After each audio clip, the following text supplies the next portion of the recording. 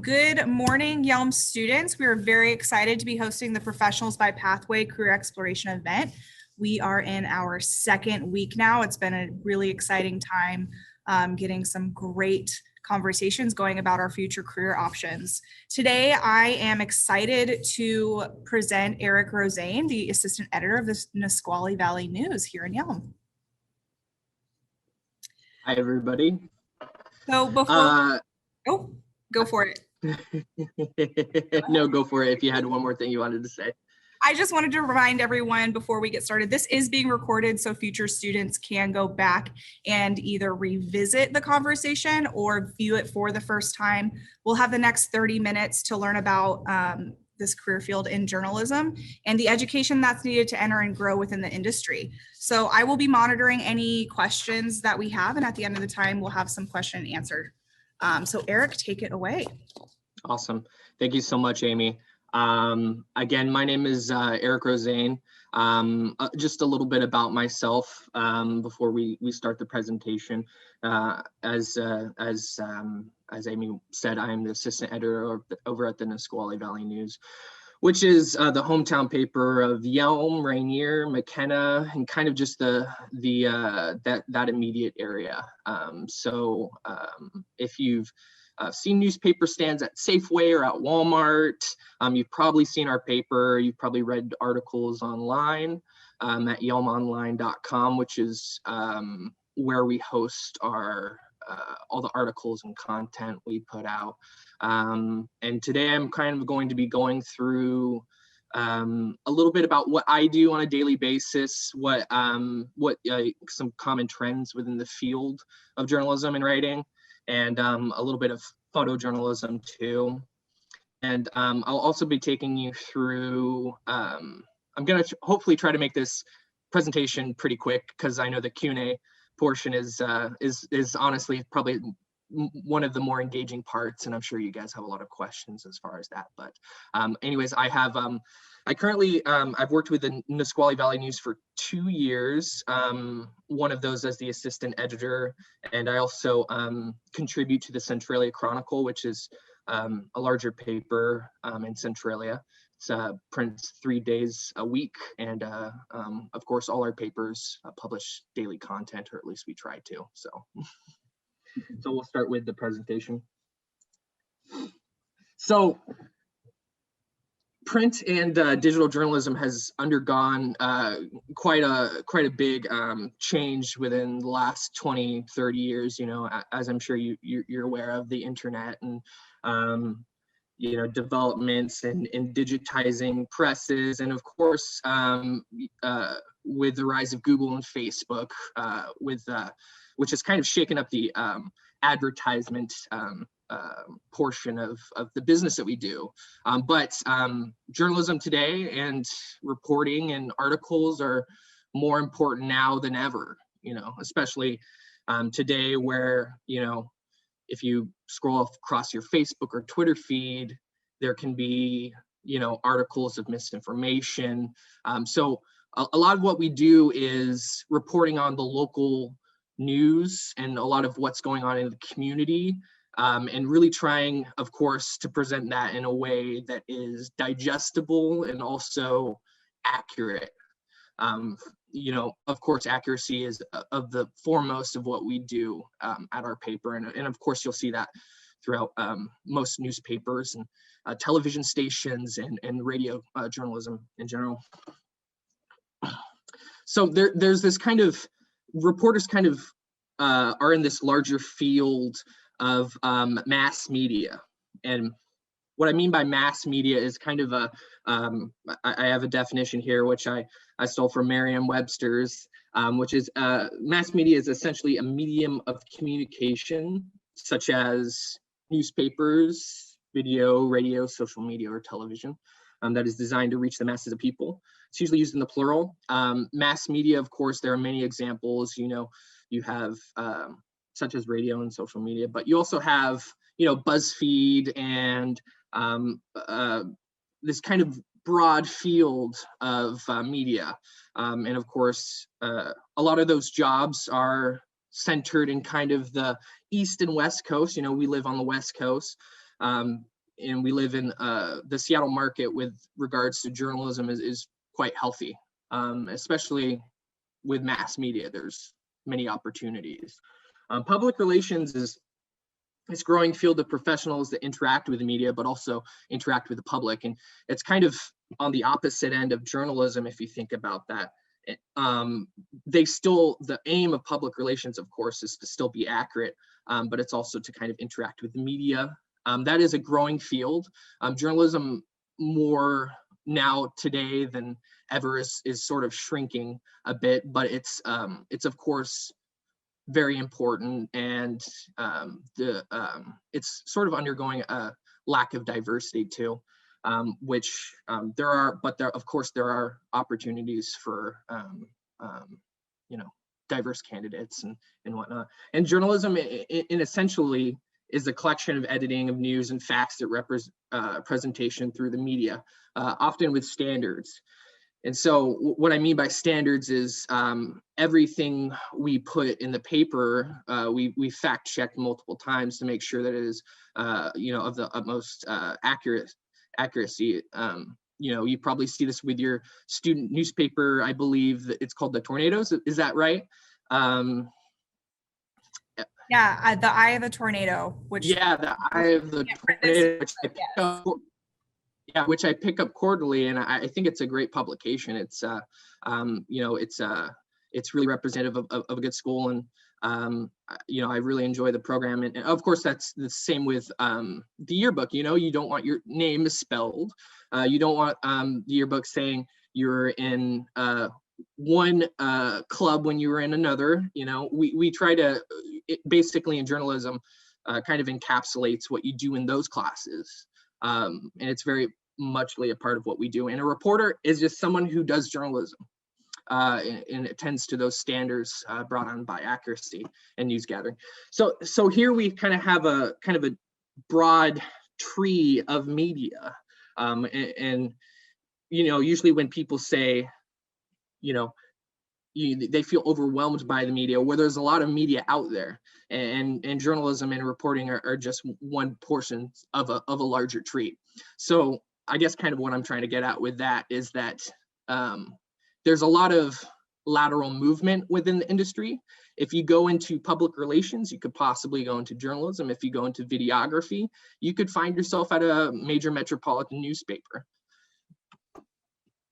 And here's a little bit of what I do on a daily basis. So 10% of my time I spend on social media, and that's posting through Facebook, Twitter, and uploading content to our content management system, which is our CMS. That's essentially a fancy word that's essentially the tool we use to publish everything we do on a daily basis. So 10% of my time I usually spend on that. I'll usually wake up, around 7 or 7:30. I'll usually, preload some posts to Facebook and Twitter, and then I'll usually go about my day. And then I work with my executive editor, Eric Schwartz, to work and manage those. 30% of my time I spend on writing, and that's whether that's writing news and sports stories that I find through a community, through multiple avenues, rewriting press releases, which press releases often come by way of companies or happenings in the community. And then I also spend a good majority of my time fact checking, copy editing those about 3 to 4 times within the process. So usually I'll reread those through, I'll check back through my notes, which my notes kind of just look like this. They're kind of just scrawled. There's really no good way to go about note taking. Whatever way you find, and usually you build this up through high school or college, usually the best way to go about it is your own personal way. And then it's no surprise, but a majority of my time is usually spent in the community talking with people, reporting and researching on facts. I do a little bit of data analysis. That's become a larger portion of the job with the COVID-19 pandemic, and just reporting on updates within the community, changes of case loads throughout the week and whatnot. And I'm also taking photos as well, and finding stories and fact checking, of course. So we used to be located right behind the Dairy Queen. I'm sure if you guys have hung out around there, you've probably seen our sign. We recently moved to a new location on Creek Street. That was before the pandemic. We're located in the same building as Jerry's Paints. It's a very quaint, I'll put it that way, building, which we utilize. And of course, nowadays we've been working more from home because of the pandemic. We obviously take it very seriously, as I'm sure your teachers do. And so I'm working more from home nowadays. It's nice a little bit because it allows me a little bit of a space to kind of occupy and kind of be in and out of, throughout the day, especially since not a lot of people are within our office right now. And yeah, this is, if you look at reporters' desks, honestly, they're kind of messy. They're filled with coffee cups, you're kind of in and out. And yeah, and of course we have a lot of maps and stuff on legislative districts and congressional districts, which I cover politics in addition to sports. And so this is also a part of my office too. We are out in the community just looking at whatever's going on. This was from a picture I took from the 2019 Christmas in the Park Parade. This was a recent photo from Yelm High School's football team, which I'm doing a preview on.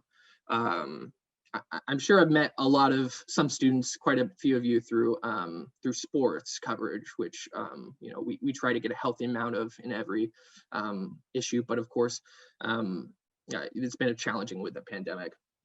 They're starting a community garden in the downtown Yelm, and this gentleman right here, he was picking shrubs along the Nisqually River as a part of the Nisqually Land Trust. There's a lot of really interesting environmental issues and ecological issues that are currently going on within the region that really impacts not only the region, but also on a national scale. And I think it's really interesting to cover those issues.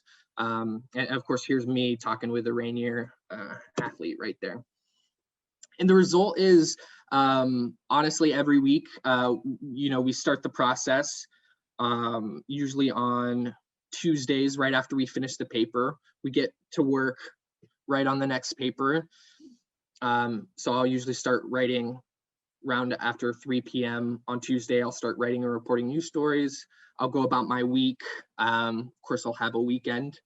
And then on Monday and Tuesday of that next week, I'll be finishing up the stories that go on the paper. We'll be editing photos to make sure the lighting is correct, and that they'll be good. We'll finish up our budget, which is essentially our the stories that we know and where they're going to go, how big they're going to be, putting that in the paper. And also, as we're going about that crazy process, we're also trying to get news out online, getting it into the hands, into people's cell phones, into their Facebook feeds, as soon as possible as we can, depending on the timeliness of the situation or whatever news item that we're covering. So the thing about, I feel like the misinterpretation, but the misunderstanding with weekly publications nowadays is that they're a pretty stale operation. I would argue completely against that. I think weekly newspapers, they especially, they're kind of up there with trying to get coverage out, just like the dailies. We're posting daily. We're providing a print product, a print newspaper each week, that is that's to the people who want that. But the landscape, as I said earlier, is changing. Facebook is the big factor and the big platform nowadays. But who knows what it will be in 2 years? So, and here are a couple other newsrooms that I thought would be interesting. We're a really small operation, of course, as I've said, but there are large operations just all around the country. You have Fox News. Here's the Seattle Times down here. A lot of their positions are within writing and reporting are funded through nonprofit funding, and programs that they establish. Politico, which is a Virginia-based publication that primarily focuses on political dialogue and issues that are going on with the nation's capital, completely online, but they're working their butts off, of course.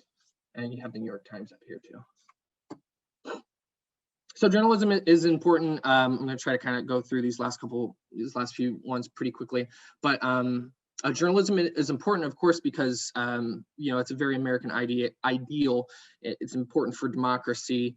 It's, of course, one of the keystones of a healthy democracy. The First Amendment, which is, I can't recite it off the top of my head, but I could in college.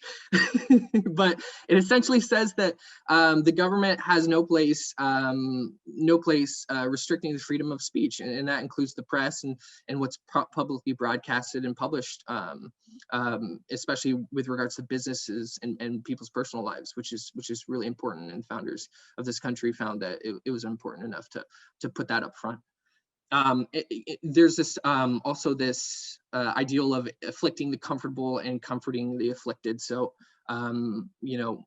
helping people who are perhaps down on their luck through, looking at really complex issues, but also keeping the powerful, particularly people in government, held accountable too. It, of course, it upholds the informed public, which is necessary to, to the development of the country and whatnot. It's called the first rough draft of history, and it connects communities together, which is, I feel is one of the most important parts. So here's just a little map I have. You can feel free to pause this part if you'd like, but it's essentially the Global Economic Intelligence Democracy Index, and also compared it a little bit to freedom of the press worldwide, obviously, or not obviously, but particularly countries with more freedom of the press are more democratic in nature. So the industry is really complex now, but it for young ambitious reporters, it can also be kind of exciting. There's a lot of there are quite a bit. I don't necessarily know how to characterize this, but there's plenty of opportunity for freelance. Newsrooms, unfortunately, are down about a quarter. These are all pre-pandemic numbers too. So obviously, we're still figuring out the state, what the effect of the pandemic has been on our industry. But newsroom employment is down about a quarter. It's expected to be down by 11% according to the Bureau of Labor and Statistics. It is one of the country's slowest growing markets. But of course, that's not indicative of media. I think in some aspects within mass media, that big tree, there are obviously opportunities to grow. The average pay is roughly $46,000 a year, and oftentimes employers require a degree from a university. So it is on the lower end. Usually, I think graduates from a university with a degree, bachelors, usually make about $60,000, somewhere around there. But of course, that's can be higher or lower. At the same time, this is a historic high for journalists.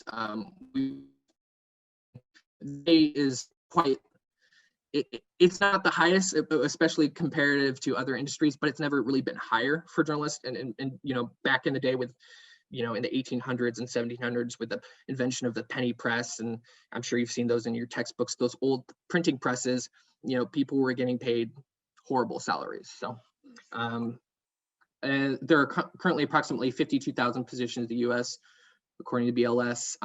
The squeeze in advertisement revenue is also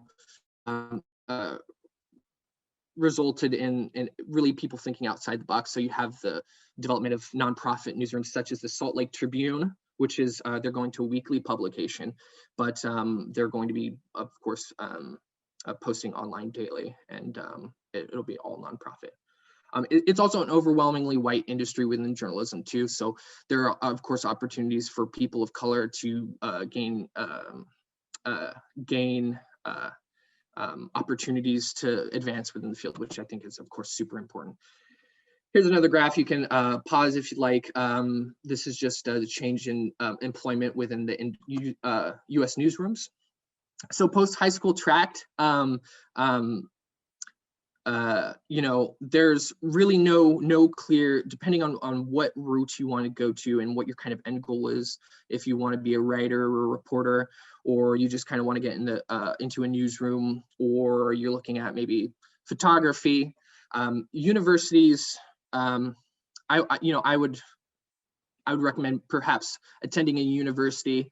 I would say it's important to graduate, but I've also known people who graduate without a degree because they get opportunity.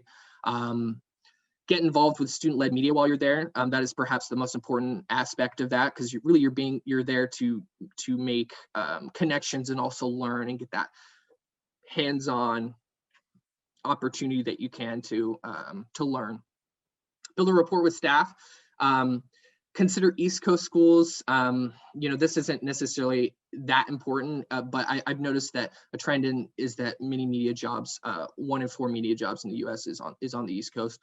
It could be perhaps because it's a more densely populated area, and you have New York City, which is one of its largest industries is media there. And of course, learn Adobe suites, which is important.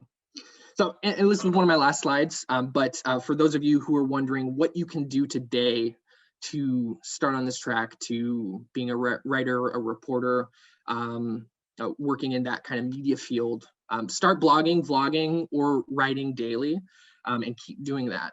Of course, practice is about as close as you can get to perfection. Join your yearbook club or student-led newspaper. That's at the high school if you can. I don't know if I'm talking to a bunch of seniors and maybe they're already done, but with everything. But especially in college, colleges offer great opportunities to figure out what you want to do. Reach out to people you're inspired by. I think it's amazing that we live in a world where I can reach out to Elon Musk or someone else of great notoriety on Twitter or through email or whatever. Job shadowing is also an amazing opportunity to gain insight if you feel like the career field is good for you. Create your own zine. Back in my day, back in high school and college, zines were kind of the thing, or record your own podcast. And of course, if you're going to be a writer, the most important thing to do is to read. One of my college professors gave me this piece of advice. He said, you really should just be reading every day. He said it kind of does matter what you read, because you don't want to read like, Twitter or like Snapchat all day or whatever. But read daily and read voraciously. Read as if you find something you really like and just read it, whether it's in a field. Of course, this is not necessarily specific to writing, but it's good, and it usually carries across, which is really important. But that is one of the most important advices I've gotten from a college professor. So I know I probably rambled on a little too long, but I appreciate your time, and I'll field any questions that you guys have. So. Yeah, thank you, Eric. I think you answered a lot that we have listed going through, which is fantastic. We have about 5 minutes left. So students who are here, if you have any questions for Eric, please put them in the Q&A bubble at the bottom, and I can go ahead and broadcast those out. But just a few that, we can, as they are typing, that we can kind of get started with. What do you wish someone would have told you before you started your pathway? We heard your story about how you got here, but what's something that, looking back in retrospect, maybe you'd be like, God, that would have been really nice to know? That's a good question. I'm still relatively young in my career field. I'm only 24, of course. I'm talking with a bunch of 16 and 17-year-olds. But I think patience is a really important aspect of working within media. I have a lot of friends who I've graduated with who, they bounce around between jobs and gigs. But they're so adamant about going to a particular way. I guess one thing I wish somebody would have told me is just to be patient and kind of consider all your options.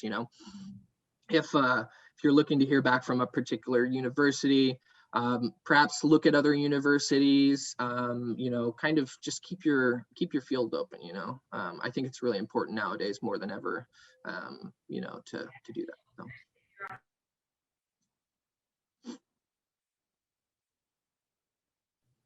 Sorry about that. Announcement came over the big speaker. Thank you so much for sharing. That just the value of patience is something I think in a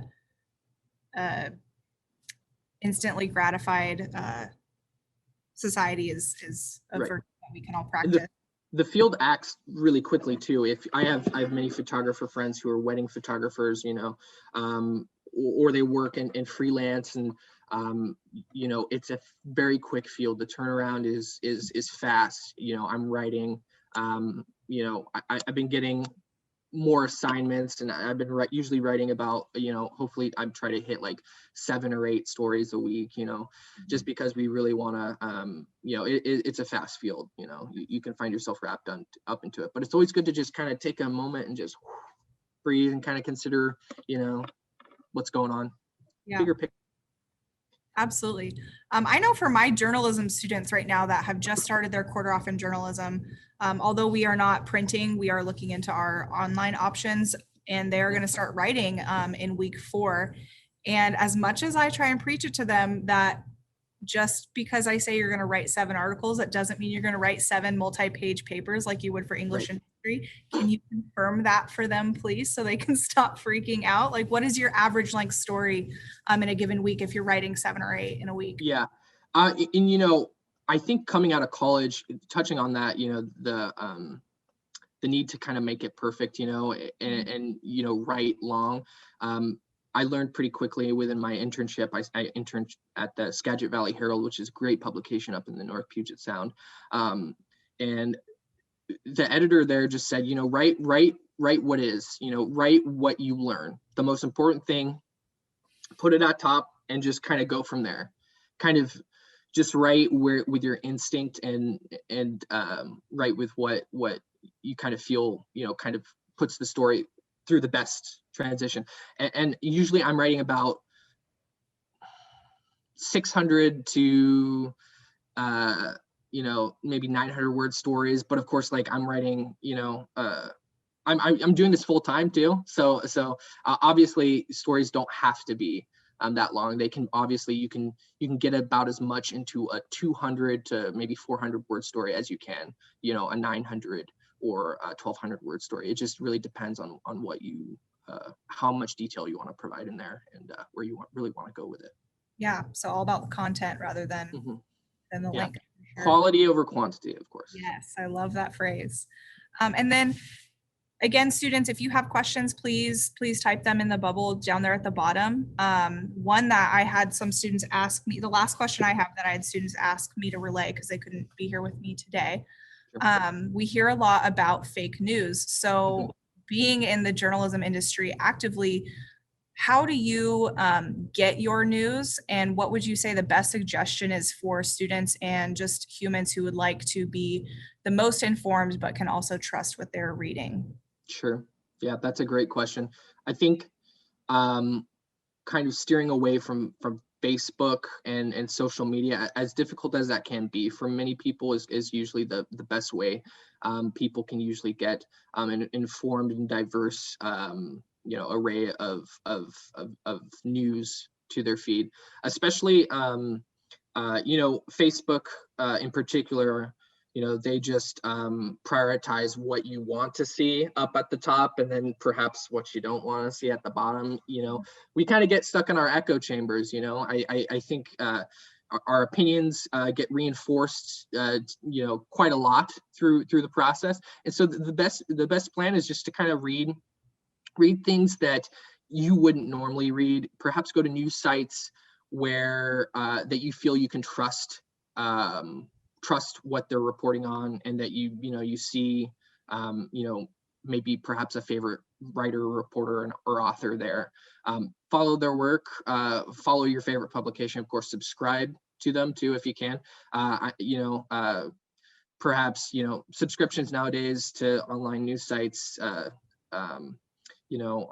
cheap. They're usually about $1 a month. So perhaps, I just recently subscribed to Bloomberg, which is, business news, and they're about $35. So anywhere from $1 to $35 a month, but find somewhere where you really, you enjoy, you feel like it's a trusted news source. Talk with other people about what they're reading too. I think that's great, of course. Yeah. Yeah. Well, I think that ends our time for today. Thank you again, Eric, so much for being here and sharing your career with us.